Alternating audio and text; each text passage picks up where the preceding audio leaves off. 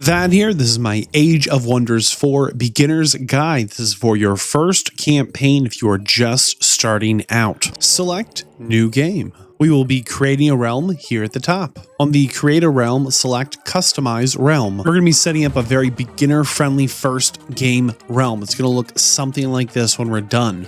We're going to set up the coast here at the top for the geography. We'll keep the map size at medium. We'll change the players to 3. Difficulty go normal, easy, or relaxed. Turn system classic. So far, so good. For the miscellaneous, we'll go Small Underground, Wondrous Past, Crystalline Abundance, and Bannerlord. This is going to take you a minute to kind of scroll around and click through this. You can read over what they do if you want. Just want you to know that these are designed to give kind of a fun and engaging first custom realm experience while also not being overly aggressively difficult or complicated. Just some fun stuff that I think make for a good beginner realm for your first campaign. Okay, now once you've got all of this kind of set up, I'm going to give you a second here to take a screenshot if you want to see what it is again. Good time for a screenshot is now. We're going to click next here in a moment, and then we're going to make our way onto the faction selection screen. Here we go. Faction selections. You can create one if you want, or you can pick any one from the library of factions. Pick whatever you think looks cool or sounds the most fun to you. They're all viable. It's your first game. You don't know anything. There's a lot of information here that isn't really relevant because we don't have any context. Pick someone you think looks cool and have fun. This is a beginner's guide. I'm going to be making a lot of recommendations that are generally considered best practices. This guide will not be covering every possible unique interaction in a subsequent optimal outcome. At the end of this guide, you will have a better understanding of how to get started and set yourself up to succeed in your first campaign in Age of Wonders 4. The very first thing I like to do is take my mouse wheel and just scroll all the way out. I want to see what's around me. It looks like I have a pasture, looks like I have a gold deposit, another gold deposit, and an iron deposit to my south, and there's a red border of something I can interact with, probably a little bit of combat in that direction. Very nice. A lot of good information just by zooming out and taking a second to see what we can see. In Age of Wonders 4, the strength of your military is everything. Your armies protect you from invasion. They gather resources, they can clear nodes and wonders, they secure magic materials, and of course, they conquer cities. Our cities exist to build buildings that can support, develop, and improve our armies. The main way to recruit a new unit is by having your city build them. City yields here on the left. Food is used to grow population. The more food you have, the faster a city grows. The more population you have, the more food they eat. Production is used to build city structures. Draft is used to recruit units. Your city can be building a building and drafting a unit at the same time. These are your local resources that are important for the individual city we're on. We also have empire-wide resources that are more broadly used. Gold and mana are 2 of the foundational pillars for our economy. Knowledge is for unlocking tomes, which give us new units, spells, infrastructure, and more. Imperium is a specialty resource for unique unlocks and bonuses. The real power of our economy comes from our city's completed structures. Early game provinces and their improvements should focus on building boosting. Late game, you'll be building over your initial province improvements with specialty improvements. The building boost reduces the cost and time to build. My goal with my first 5 provinces is generally 2 farms, 2 quarries, and 1 forester. This covers a lot of the core buildings that need a boost for their building. All cities build workshops and stonemasons first. Faster buildings mean faster everything. Your city structures are responsible for your unit acquisition and your economy's success. It's almost always the wrong decision to focus on food production and population growth early on. A larger population city has more challenges managing stability and a weaker economy growth trajectory. Remember, it's your city buildings, not province improvements, that matter most. When deciding what new province is best after considering building boost, when possible, you really want to prioritize building mines, conduits, and research posts. You will likely have built a farm, quarry, or forester in a province to get the building boost. When you've finished building the city structure that you needed the boost for, When possible, it's worth swapping out your farms, quarries, and foresters into mines, conduits, and research posts. If you control all possible provinces that can build a mine, conduit, or research post, then and only then consider building more farms for faster city growth. The idea here is to reach the provinces further away from your city that will allow you to build more of the valuable mines, conduits, or research posts. I hope these rules of thumb help you feel more confident you've made a good choice with your province improvements. If you're not sure what to build, check what building you want to boost and then consider choosing the matching province to get that building boost. We already discussed we're building a workshop first for the production. We can see here it needs to be boosted by building a farm. Without the boost, it shows it'll take 7 turns for 60 gold. Once we've built the farm, we'll boost the building, which will reduce the cost and time down to 5 turns and 42 gold.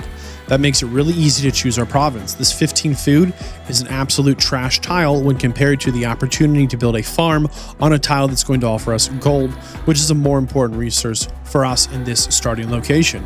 Obviously, we'll be building our farm here. We can always switch this tile later. Of all the structures we can build, town halls are the #1 most important building to build. Generally, the second most important building to build is your cultural building. Each culture has 2 production buildings which can be built fairly early on. These will produce additional resources based on that culture's strength and intended playstyle. A third tier of special buildings can be built once you complete Town Hall Level 3. Town halls are the #1 most important building to build. Having a higher level town hall will directly impact the quality of troops you can draft. Town hall upgrades also have a powerful economic bonus attached to them. This means in my capital city, I want to make sure I'm working towards having a town hall level 3 as soon as possible. I've put together a script for how to open up your buildings in the town hall. We start with a workshop for production.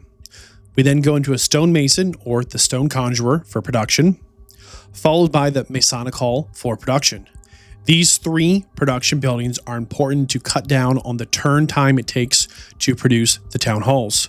This production bonus will last the entirety of the game. From here, we build Town Hall 2, followed by a tavern for city stability.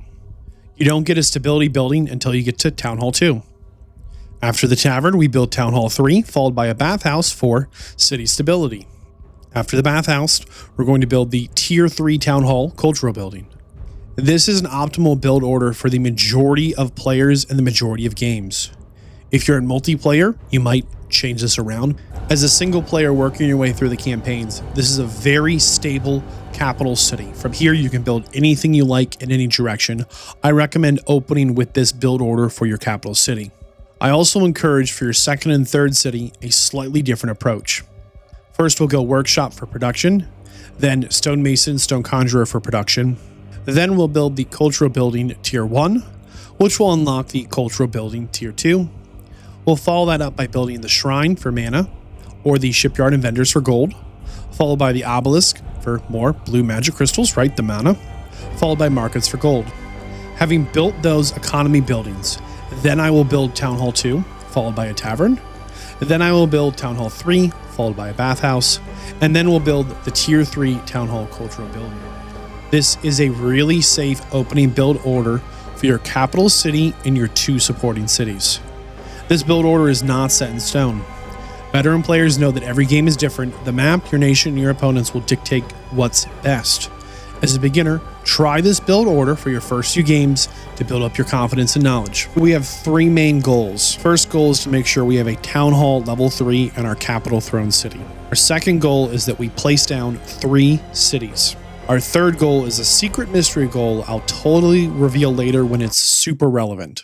Right now, we want to make sure we get our hero, our leader, out scouting around so we can conquer random armies we find to get experience on our leader, and we want to be looking for a good place to put down an outpost to build our next city. Optimally, we'd like to have that second city down before turn 10. If we want to build new units, we can always recruit them through the city. This will slow our city growth, but will cost gold. Sometimes you're going to have opportunity to summon units using your spells. This will generally cost the blue magic crystals. This is more efficient for us. There's still going to be a unit upkeep cost. However, we don't need to spend our gold to acquire this unit, which means we have a bit of gold surplus so we can build more buildings. We have found a magic material. This is enough that I will put a city here. That's all I need. There might be a more optimal place. You can always burn down a city and start over. It's not the best thing to do, but if there's one magic material, I think that's valuable enough to try and place a city near it. We already know we're going to build a workshop, and we already know the next building is going to be the stonemason, which we can see here is boosted by building a farm. As our city grows, on the bottom left, you can see we have one farm. We need 2 farms for this. So we're going to go ahead and get this farm. We have 2 good options here. One location is going to give us 10 production and 5 food. One location will give us 15 food. We already know the choice here. We're going to take that production. It's much more valuable. You can see here on turn 3, we are 2 turns from the workshop, and we are 6 turns away from completing the stonemason. We can already queue up the town hall 2 on turn 3. We have the gold for it. Here on turn 3, we have 31 production, and to complete all of these buildings is going to take a total of 15 turns, which means we will have our town hall 2 on turn 18. We can do better. We can hurry the production and spend some gold we have. This will immediately complete the workshop and change our entire economy's trajectory. This brings our production up to 42, and it means we'll have a town hall 2 on turn 13. Much better. In order to build a city, we'll need to put down an outpost, which can be done by hero units for the majority of the factions. We want to make sure that we get pretty close to this magic material. It currently has an army camp on it, so we're not going to be able to harvest it till we clear that out, but we will build an outpost. This will cost gold and take 2 turns. It's now turn 5. One more turn for the outpost, and our city has grown. We're going to build a quarry. To build a quarry, we have a couple of good options. One of these is going to give us a little bit of gold. That's clearly the superior choice. Now, it's warning us, hey, there's an invading army you might have to deal with. That's fine. The army on the right in the red will spawn units to attack us. The army in the black flag on the left is just obnoxious. Clear them out, enjoy your XP. On turn 5, we just unlocked our first empire development skill. We're going to talk about this more later. It's important to understand this is one of the places you can spend your Imperium. However, next turn our outpost will be done, and we're going to start turning that into a city, which will cost Imperium as well. Here now at turn 6, our outpost is done, and we need every single scrap of Imperium on turn 6. It will cost 203 turns. That puts us on track to have this city building its first structure on turn 9. Coming into turn 10, we will have 2 full cities. There's other things we could build here if we were going to keep it just as an outpost, but we want this to be a city, so we've spent all of our Imperium here on this city. Our army currently has a strength of 440, but we unlocked a new spell with our knowledge. It's going to increase the upkeep cost of our units. However, it's going to increase our army strength. There's all kinds of little things like this we could always be doing to keep moving forward. It's the start of turn 7. We're going to queue up the tavern, and we now also have access to Town Hall 3. That's right. On turn 7, we are currently in range of our goals. We've already boosted the tavern because we already have the 2 farms we need built. This is a very exciting place to be, and our production and our army is really starting to come online. If we can build one more quarry, we can get a little more production and cut down some of these build times. I'm a little off script though, as a Masonic Hall needs 2 quarries to be able to build. I have my 2 farms, but not my 2 quarries. That's okay. This isn't set in stone. It's just the recommended order. We're obviously going to pick up that second quarry, and then we have options here. Coming into turn 8, we are 1 turn away from our second full city. This is a huge power spike for us, as having 1 city can produce 1 unit, but having 2 cities can produce 2 units. It's literally double the power on everything. This is a huge bump to our economy as well as our military output. This is a significant leap forward for us, and it feels really good having a second city down before turn 10. Here on turn 10, we're getting really close to our 3 main objectives. We want to have 3 total cities. We want to have our capital at a town hall level of 3, and we have that secret goal. That secret goal is to have fun and to be flexible. There is always information you don't have in a game of Age of Wonders, and there's always a choice you're going to be making. And sometimes that choice is better, sometimes that choice is worse, and sometimes the information you don't have significantly impacts that. Have fun, be flexible. I haven't perfectly followed the script I even recommended, just not how things went. That's okay. We have enough Imperium that on turn 11 we can found our 3rd city. We've scouted enough across these turns just by walking our armies around. We have a couple good spots for our third city. We've already boosted the bathhouse, and we can choose here on turn 10 to start the town hall level 3. We are 6 turns away. We have the gold right now on turn 10 to make that happen. Before turn 20, you should very easily be able to put down a third city and get your capital to that town hall level 3. On higher difficulties, this will be much more challenging. On lower difficulties, this will be much easier. These are the first 10 turns. They more or less play about the same for everyone on every encounter on every map. Sometimes you need to focus a little more military. Sometimes you need to be building more units. In this case, I did not. After the first 10 turns, you're on your own in all the best ways.